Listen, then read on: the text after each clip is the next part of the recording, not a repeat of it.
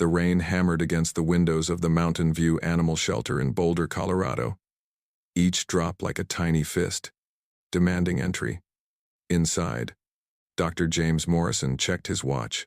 9:45. 15 minutes until closing, and all he wanted was to get home, pour himself a whiskey, and forget about the funding meeting that morning. The shelter needed $30,000 by year's end, or they'd have to shut down. 30 dogs, 12 cats, and God knows how many other animals would have nowhere to go. But then came the knock. Not the usual knock.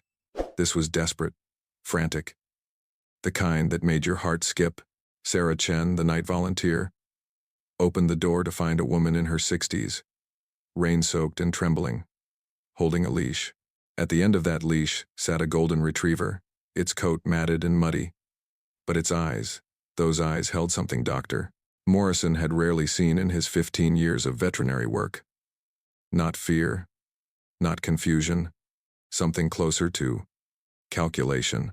"Please," the woman gasped. "You have to take her." "I can't. I don't have time to explain. Her name is Bella. She's 4 years old. She's had all her shots." The woman pressed a folder into Sarah's hands, her movements jerky, panicked. "Everything's in here. Please, just keep her safe." Before Sarah could respond, the woman had dropped the leash and was running back to a dark sedan idling at the curb. The car peeled away, tires screaming on wet asphalt. Bella sat perfectly still in the doorway, rain streaming off her coat, watching the car disappear into the night. Then, slowly, she turned her head and looked directly at Dr. Morrison, and in that moment, he knew something was wrong. Service dogs and Bella wore the vest, didn't look at people like that. They looked with devotion, with eagerness to please, with the gentle patience of animals born to serve. Bella looked at him the way a soldier might size up an enemy position. What kind of service dog had this woman just abandoned? And why did every instinct in Dr. Morrison's body tell him that taking Bella in might be the worst decision he'd ever make? Stay with us to find out. Sarah closed the door against the storm and knelt beside Bella, reaching out to stroke the dog's head. Bella tolerated the touch but didn't lean into it, didn't wag her tail, didn't display any of the behaviors you'd expect from a golden retriever. The breed was famous for their friendliness, their almost desperate need for human affection. Bella remained perfectly still, her gaze moving methodically around the lobby, cataloging exits, windows, the position of every person in the room. "Poor thing must be traumatized," Sarah murmured, misreading the behavior. She was 23, fresh out of college with a degree in animal science, and a heart too big for her own good. Dr.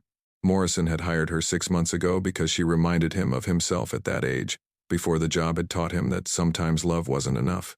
He knelt beside them and reached for the folder. Inside, he found vaccination records, a certificate identifying Bella as a certified service dog, and registration papers showing she'd been trained by Mountain Peak Service Dogs, a facility he'd never heard of. Nothing unusual about that service dog training centers existed all over Colorado, but something about the paperwork felt off. Too clean, too perfect, like it had been printed yesterday, not 4 years ago when Bella would have been a puppy. "Let's get her dried off, Doctor," Morrison said, keeping his voice calm and measured. Bella's ears swiveled toward him at the sound, but she didn't turn her head. "Sarah, can you prepare exam room 2? I want to give her a full physical." "On it." Dr. M. Sarah stood, and Bella's eyes tracked her movement across the lobby. Not the wandering attention of a pet, but the focused surveillance of something else entirely. Dr. Morrison gently took Bella's leash. "Come on, girl. Let's take a look at you." Bella rose and followed him, her gait smooth and controlled. No limping, no signs of injury or abuse. Her coat, beneath the mud and rain, appeared well maintained. This wasn't a dog that had been neglected or mistreated. This was a dog that had been cared for and trained very, very well. The exam room smelled of antiseptic and the faint, sweet scent of dog treats Sarah kept in her pocket for nervous animals. Dr.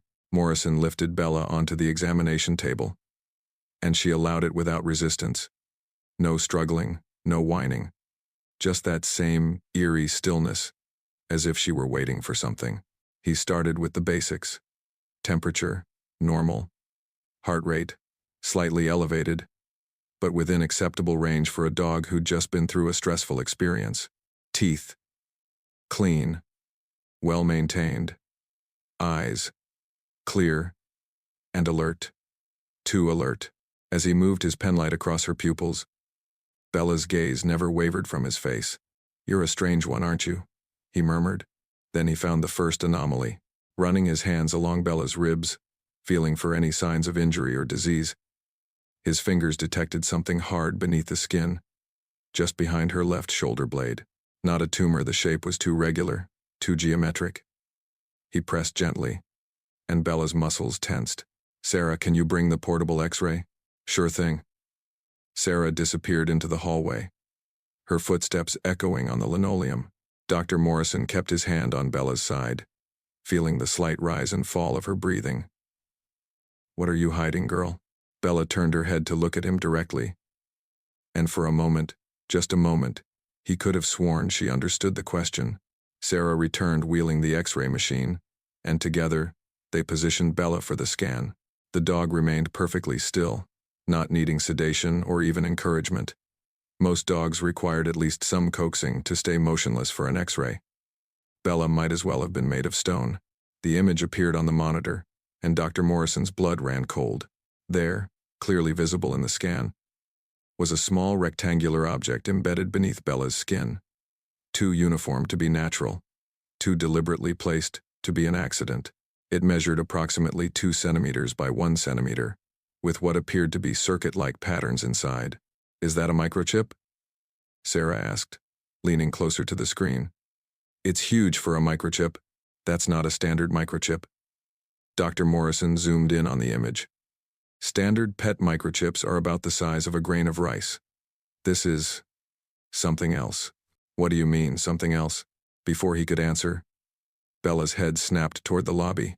Her ears stood erect, her body suddenly tense, every muscle coiled like a spring ready to release. A low growl rumbled from her chest, the first sound she'd made since arriving. "What is it, girl?" Sarah moved toward the door. "Wait," Dr. Morrison said. But Sarah had already stepped into the hallway. The lobby windows exploded inward. Glass shattered across the tile floor as 3 figures dressed in black tactical gear crashed through, moving with military precision. Sarah screamed and stumbled backward. One of the intruders grabbed her, clamping a gloved hand over her mouth. Bella launched herself off the examination table. She moved like nothing Dr. Morrison had ever seen from a pet dog. No barking, no wild aggression, just pure, controlled violence.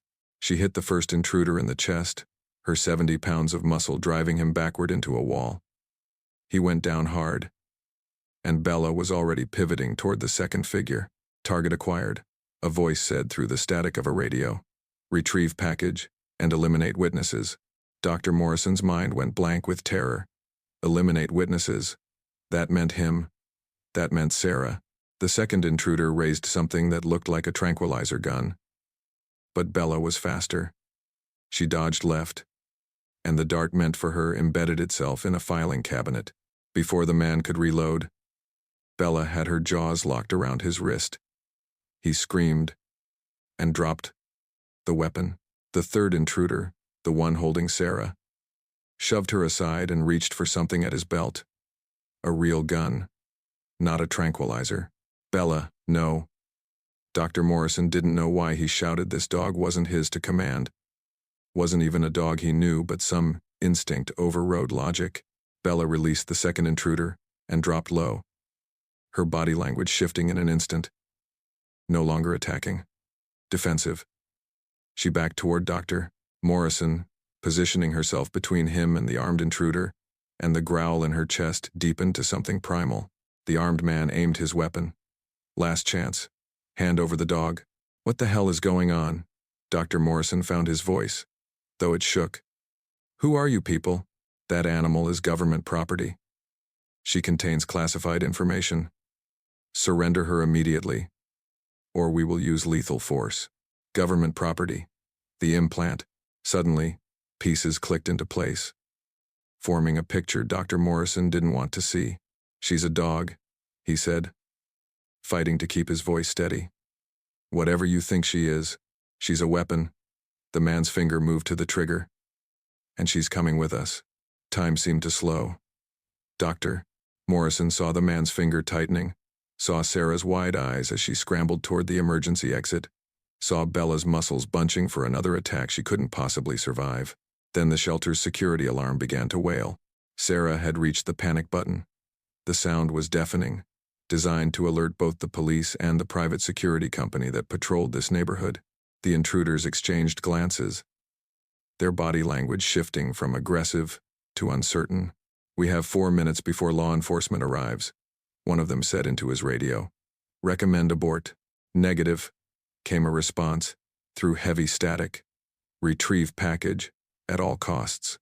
But 4 minutes was an eternity in a tactical situation, and these men knew it. The armed intruder lowered his weapon slightly. "This isn't over. That dog is property of the United States government, and we will retrieve her. If you value your lives, you'll hand her over before we're forced to return with legal authorization." Legal authorization? Dr. Morrison felt anger pushing past his fear. "You just broke into a private animal shelter, assaulted staff, and threatened to kill civilians. You think anyone's going to believe you're the good guys?" The man's expression, what little Dr. Morrison could see behind the balaclava, hardened. "You have no idea what that dog is capable of. You have no idea what you're protecting when innocent people die because you wanted to play hero. Remember this moment." Then they were gone, disappearing through the shattered windows as quickly as they'd appeared. The sound of a vehicle starting, tires squealing, and then nothing but the wail of the alarm and the hammering of Dr. Morrison's heart. Sarah stumbled over, her face pale. "Oh my God. Oh my God, Dr. M. What just happened?" Bella sat down, perfectly composed, as if she hadn't just taken down 2 armed intruders. She looked up at Dr. Morrison, and he could have absolutely sworn he saw intelligence in those eyes. Not animal intelligence, human intelligence, or something beyond both. The police arrived 7 minutes later, 3 minutes slower than promised, but Dr. Morrison wasn't in a position to complain. Officer Ramirez, a woman in her 40s with the weathered look of someone who'd seen too much, took their statements while her partner secured the scene. The shattered glass crunched under their boots as they moved through the lobby. "And you say they specifically wanted the dog?" Ramirez asked, her pen hovering over her notepad. "Not money, not drugs, just the golden retriever?" "They called her government property," Dr. Morrison repeated for the 3rd time. "They said she contained classified information." Ramirez and her partner exchanged a look that clearly said they thought Dr. Morrison and Sarah were in shock. Imagining things. Maybe even lying. "Sir, I understand this was a traumatic experience. But, look at the dog," Dr. Morrison interrupted. He pointed to Bella, who sat calmly beside Sarah, allowing herself to be petted. "Does she look like she just fought off 3 armed intruders? No scratches, no blood, not even panting. She took them down like she'd been trained for it." "Trained for what exactly?" Ramirez's skepticism was palpable. "I don't know." And that was the truth. Dr. Morrison didn't know. But the X-ray image was still up on the monitor in exam room 2, and he gestured toward it. "But I can show you that she's got some kind of electronic device implanted under her skin. Not a standard microchip. Something else." That got their attention. Both officers followed him into the exam room, and Ramirez's expression shifted when she saw the scan. "That's unusual," she admitted. "It's more than unusual. It's evidence that whoever those men were, they weren't lying about the government property part. Someone put that in her, and I'm betting they didn't do it for her health." Ramirez pulled out her phone and took several photos of the X-ray. "I'm going to need to report this up the chain. This might be FBI jurisdiction. Possibly Homeland Security." "Homeland Security?" Sarah's voice cracked. "For a dog? If that dog is carrying classified information, yes. If she's been stolen from a government facility, yes. If there's any chance this is related to national security." Ramirez stopped, seeming to realize she was scaring the civilians. "Look, I'm going to make some calls. You two need to stay here. Don't go home. Don't let that dog out of your sight. And absolutely do not remove that implant. Understood? Doctor? Morrison nodded, though every instinct screamed at him to do exactly the opposite, to cut the implant out, to send Bella away, to pretend this night had never happened. But Ramirez was right about one thing. They were in deep now. The only way out was through, after the police left, promising to send additional patrol cars to watch the shelter. Dr. Morrison and Sarah cleaned up the broken glass in silence. Bella followed them from room to room, her presence both comforting and deeply unsettling. Every few minutes, her head would snap toward a window or door, her body tensing as if detecting threats invisible to human senses. Dr. M., Sarah finally said, dumping glass into a heavy-duty bag. What are we going to do? I don't know. He tied off another bag and carried it to the dumpster. But I know we can't let those men take her. Why not? I mean, if she really is government property, did those men act like legitimate government agents to you? Dr. Morrison set down the bag and looked at Sarah directly. No badges, no identification, no proper protocol. They tried to kill us, Sarah. Whatever Bella is, whatever she's carrying, there are people who want it badly enough to murder civilians. That's not how the good guys operate. Sarah's hands trembled as she swept up more glass. So what? We're supposed to protect her? From the government? From people with guns? Dr. M., I'm a volunteer at an animal shelter. You're a veterinarian. We're not equipped for this. She was right, of course, they weren't equipped. But as doctor, Morrison watched Bella settle onto one of the donated dog beds in the lobby, curling up as if this were just another ordinary night. He thought about the woman who'd brought her here, the terror in her eyes, the desperate urgency in her voice. Keep her safe. Someone had trusted them with this. Someone had believed they would do the right thing. We'll figure it out, he said. Not sure if he was trying to convince Sarah or himself. Right now, let's focus on keeping the shelter secure. I'll stay here tonight. You should go home, Sarah. You've been through enough. No way. Sarah squared her shoulders, and Dr. Morrison saw a flash of the steel beneath her gentle exterior. I'm staying. Bella needs both of us. They made it through the night in shifts, one sleeping while the other kept watch. The police patrols came by every hour, shining their flashlights through the windows. But Dr. Morrison knew that wouldn't stop determined attackers. If those men came back with more firepower, more planning, there was nothing he and Sarah could do. But they didn't come back. Not that night. Dawn broke over the Rocky Mountains, painting the sky in shades of orange and pink. Dr.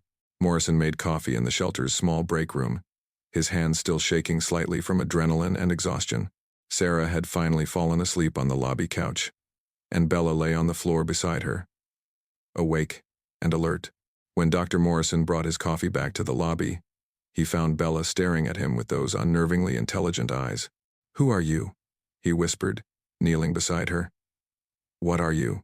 Bella's tail gave a single, deliberate thump against the floor. Then she stood, walked to the folder the woman had left, and nudged it with her nose. Once, twice, 3 times. Her movements clearly intentional. Dr. Morrison picked up the folder and opened it again, studying the paperwork he'd only glanced at the night before. The vaccination records looked legitimate. The service dog certification looked legitimate. But the training facility, Mountain Peak Service Dogs, something about that name nagged at him. He pulled out his phone and searched for the facility. No website, no social media presence, no reviews. For a legitimate service dog training center, that was unusual.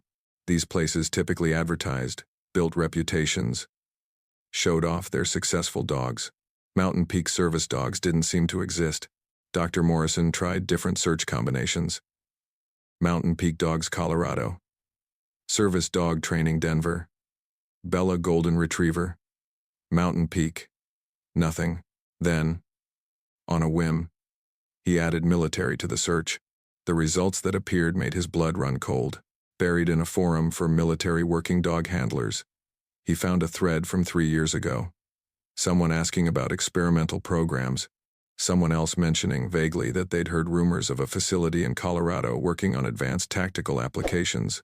The thread had been locked by moderators with a warning.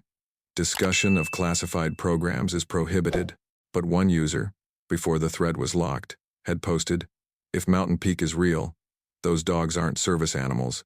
They're something else. Something we shouldn't be messing with." Dr. Morrison's phone rang, making him jump. Unknown number. He almost didn't answer, but something made him press the green button. "Dr. Morrison?" A woman's voice, breathless and frightened. "This is Margaret Sullivan. I'm the one who brought Bella to your shelter last night. Where are you? Are you safe? Listen to me. You're in danger. They're going to come back for her, and they're not going to care about witnesses this time. You need to remove the implant. The police said not to." "The police can't protect you." Margaret's voice rose to a near scream before she caught herself. I'm sorry, but you don't understand. That implant contains evidence of a program that should never have existed. Project Sentinel. They trained dogs, enhanced dogs for covert intelligence gathering. Bella was one of them. She's seen things, recorded things that could bring down powerful people. Dr. Morrison's grip on the phone tightened. Recorded? How? The implant. It's not just a tracking device. It's a data storage unit. Everything Bella saw, heard, experienced over the past 2 years is stored in that device. Mission footage, classified operations. She was deployed in places dogs should never go. Doing things dogs should never be trained to do. Why bring her to us? Why not go to the authorities? Margaret laughed. But there was no humor in it. The authorities are the ones running the program. The people who want that implant back aren't rogue agents, Dr. Morrison. They're sanctioned by people high up in the government who want to make sure no one ever knows what Project Sentinel did. And you? How do you know all this? I was one of the trainers. I helped create her.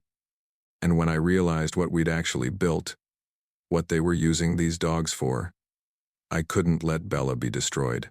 She's too smart, too aware. She deserves more than to be put down because she became inconvenient. Bella had moved closer during the conversation. Her head tilted slightly, as if she could hear Margaret's voice through the phone. "Doctor." Morrison reached out and stroked her head, feeling the silky softness of her fur, the warmth of her body. A living, breathing creature caught in something far beyond her understanding, or maybe not beyond it at all. "What do you want me to do?" he asked quietly. "Remove the implant. Copy the data. Send it to every journalist, every congressman, every whistleblower organization you can find. Make sure the world knows what they did. Then get Bella somewhere safe. Somewhere they'll never find her. That's impossible. They have resources we can't imagine. Not if they're too busy dealing with a media firestorm. Not if their priority shifts from retrieving evidence to damage control. Please, Dr. Morrison, I'm begging you. I can't do this myself. They're watching me. But you're just a shelter vet. They'll underestimate you. Use that." The line went dead. Dr.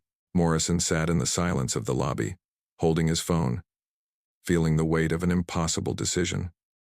Sarah was still asleep, unaware of this new information. The morning sun streamed through the windows, illuminating dust motes dancing in the air. Outside, cars drove past on their way to work, people walking dogs, living normal lives. He could call Officer Ramirez, turn this over to people with training and resources, wash his hands of the whole thing, or he could do what Margaret had asked. Break federal law, steal classified information, put himself and Sarah at risk of prosecution, imprisonment, or worse. Bella leaned against his leg, warm and solid and real. He looked down at her, and she looked back, and in that moment, Dr. Morrison understood something fundamental.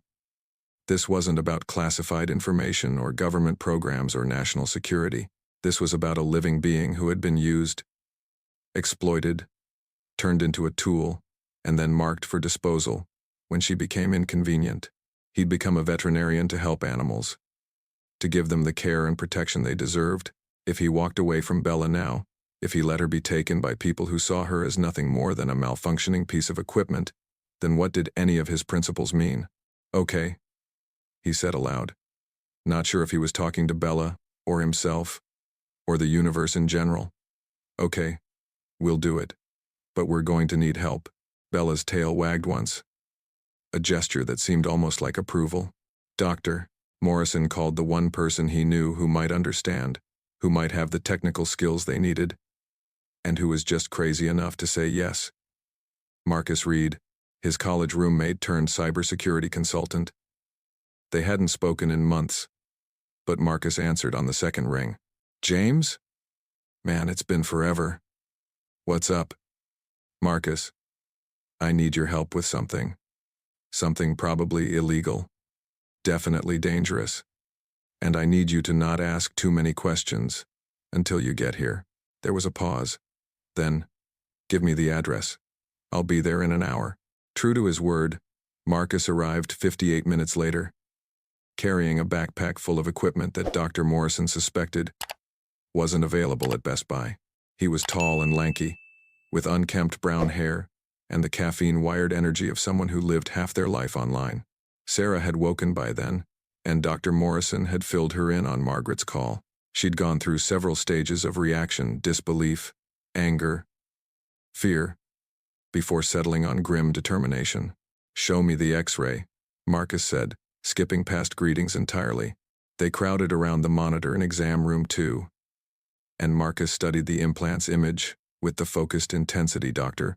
Morrison recognized from their college days, when Marcus had once spent 48 hours straight trying to hack the university's network just to prove he could. That's sophisticated, Marcus murmured. Not military grade, beyond military grade. Custom built, probably. The data storage capacity on something that size. He whistled low. We're talking terabytes, potentially. And the interface, see those circuit patterns? That's not designed to be accessed by a standard reader. We're going to need to extract it and connect directly. Extract it? Sarah's face paled. You mean surgery? I mean minor surgery. Dr. Morrison was already pulling supplies from the cabinet. Under local anesthetic, it should be straightforward.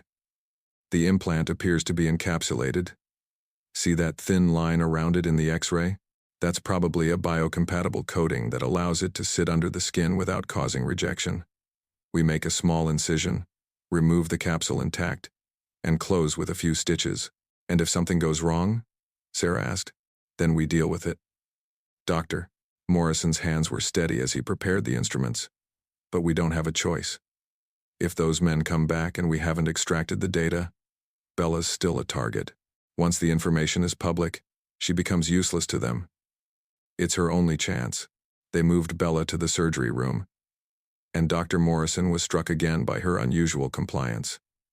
Most dogs required at least some sedation for procedures, some reassurance.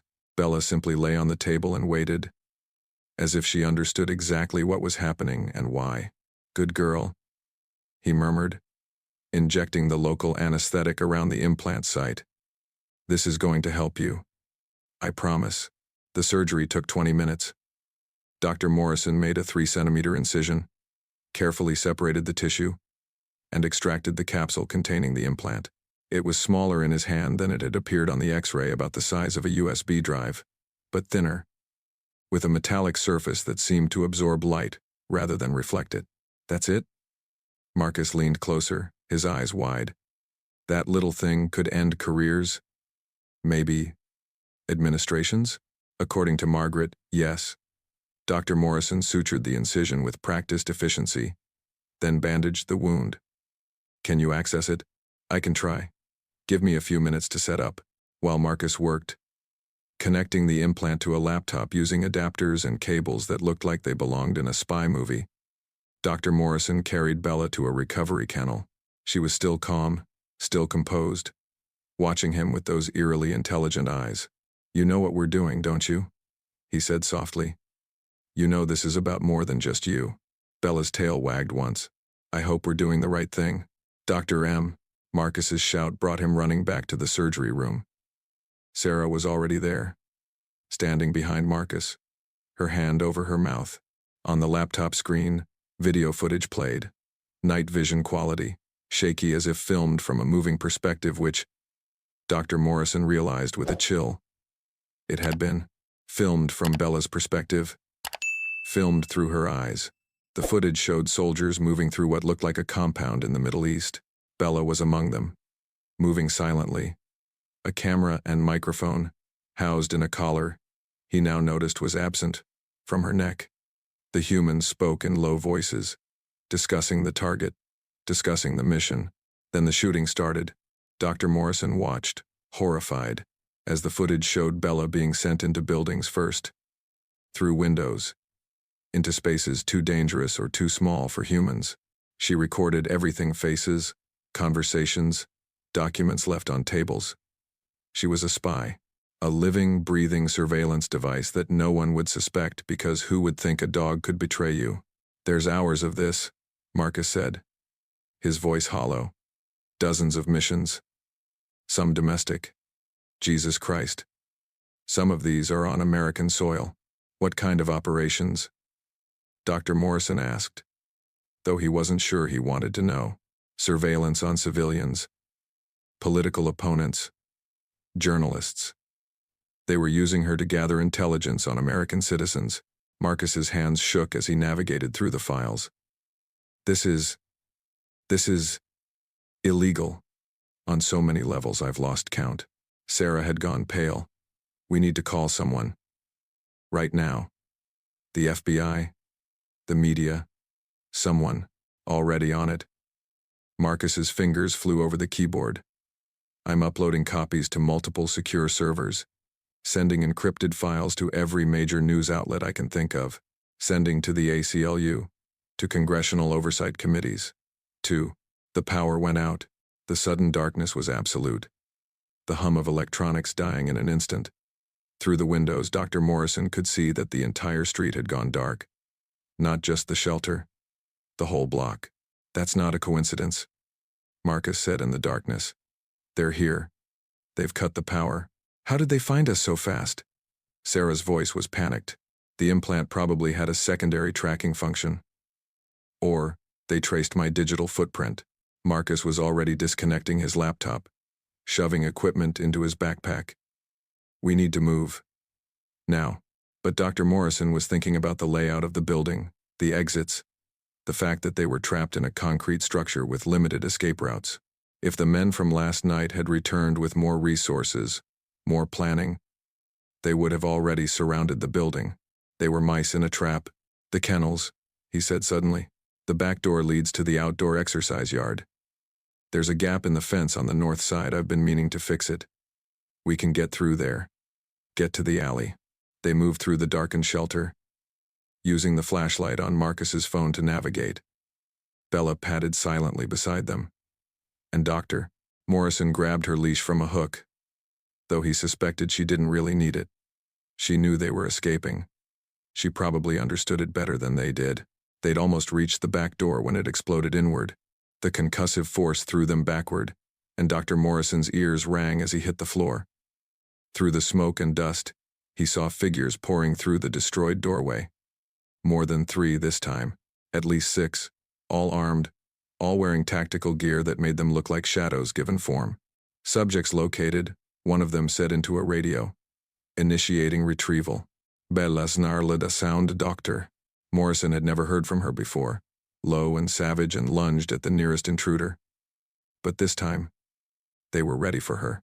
A net gun fired, and Bella went down in a tangle of heavy mesh, struggling but unable to break free. "No!" Sarah screamed, and 2 of the intruders grabbed her, forcing her arms behind her back. Marcus tried to run, but another intruder caught him easily, slamming him against the wall. The laptop fell from his backpack, and one of the men stomped on it, shattering the screen and the hard drive inside. Dr. Morrison struggled to his feet, his vision swimming. "You can't do this. People know. We already uploaded the files." "We know," said a new voice, calm and cold. A woman stepped through the smoke, older than the tactical team, wearing a business suit that was somehow immaculate despite the chaos. Her face was all sharp angles and dead eyes. We intercepted your uploads. Nothing made it past our firewalls. You're lying. Marcus spat blood from a split lip. I used military-grade encryption, which we developed. Did you really think you could outmaneuver us? The woman walked to where Bella struggled in the net. This animal represents a liability that we cannot allow to exist. The program has been terminated. All assets are being neutralized. Assets. Dr. Morrison found his voice, found his anger. She's not an asset. She's a living being. You can't just. We can. We will. Project Sentinel never existed, Dr. Morrison. Neither do these dogs.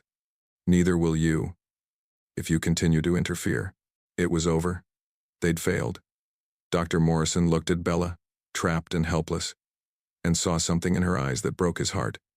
Not fear. Acceptance. She'd known this might happen. Maybe she'd always known how this would end. Then a voice echoed through the darkness. Federal agents. Drop your weapons. The shelter flooded with light flashlights, laser sights, the blinding glare of tactical flashlights mounted on weapons. Dr. Morrison shielded his eyes and saw, emerging from both the front and back entrances, at least a dozen agents wearing FBI windbreakers. The woman in the suit barely flinched. This is a classified operation. You have no jurisdiction, actually, said an older man stepping forward. His badge held high. We do. Project Sentinel was flagged 2 weeks ago by a Congressional Oversight Committee after preliminary evidence was leaked. The Bureau has been investigating, and you, Director Vance, are under arrest for violations of the Fourth Amendment, illegal surveillance of American citizens, and about 15 other charges I'll be happy to enumerate once we get you downtown. Director Vance's expression didn't change. You have no idea what you're interfering with. I know exactly what I'm interfering with. I've seen the preliminary files. Whatever justified this program in your mind doesn't justify what you've done. The FBI agent, his nameplate read Morrison, which Dr. Morrison found oddly surreal, gestured to his team. Secure the suspects. And someone get that dog out of the net. The next hour passed in a blur of questions, statements, and medical checks. Paramedics examined Dr. Morrison, Sarah, and Marcus for injuries. FBI forensic teams photographed the destroyed doors, collected evidence, documented everything with methodical precision. 2 agents worked carefully to free Bella from the net, and when she finally stood, shaking but unhurt, she walked directly to Dr. Morrison and sat at his feet. He knelt and wrapped his arms around her, feeling her solid warmth, feeling her breath against his neck. You're safe now, he whispered. I promise. You're safe. Agent Morrison, no relation, he'd explained with a wry smile, crouched beside them. We'll need to keep her for a few days. Veterinary examination, psychological assessment, that sort of thing. We need to document what was done to her. And then? Dr. Morrison kept his arms around Bella. What happens to her then? That depends. Legally, she's evidence in a federal case.